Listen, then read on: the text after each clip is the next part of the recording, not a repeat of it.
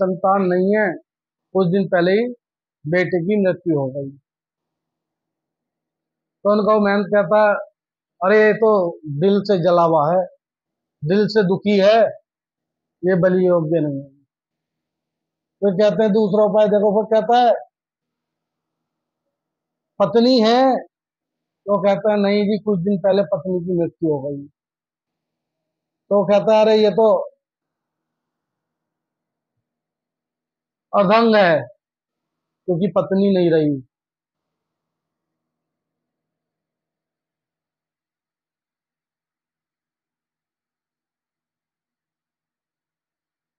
यानी कि आधे अंग का है,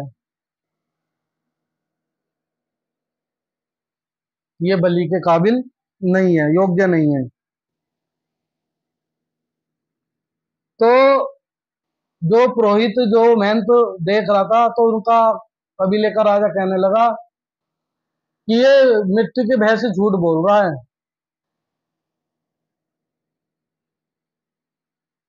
इसकी जांच करो।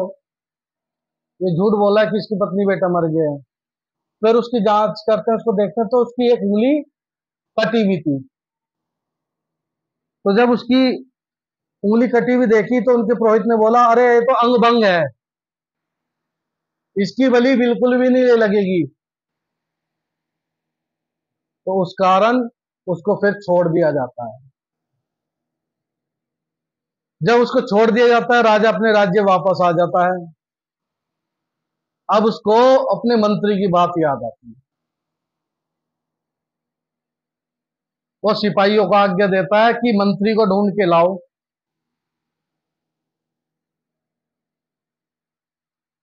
मैं जब तक अन्न जल ग्रहण नहीं करूंगा, जब तक तुम मंत्री को नहीं ढूंढ लाओगे।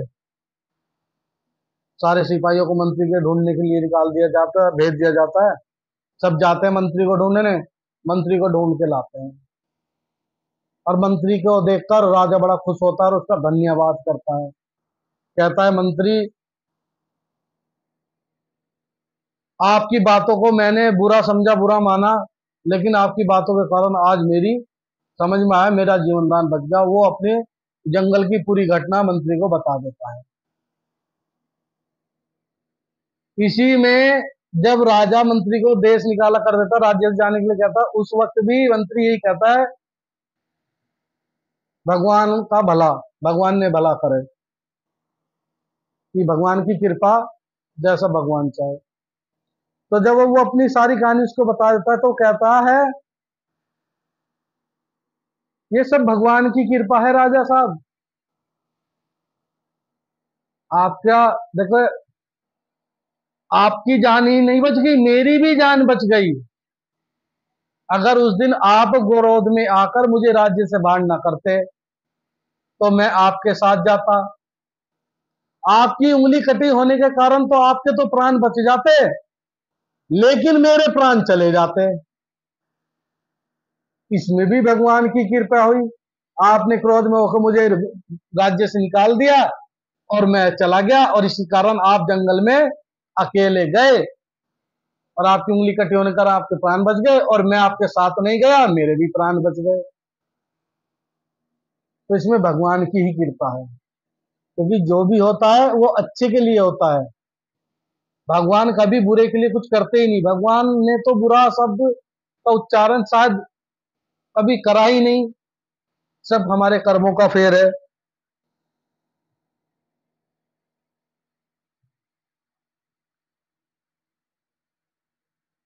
हम ये मान बैठते हैं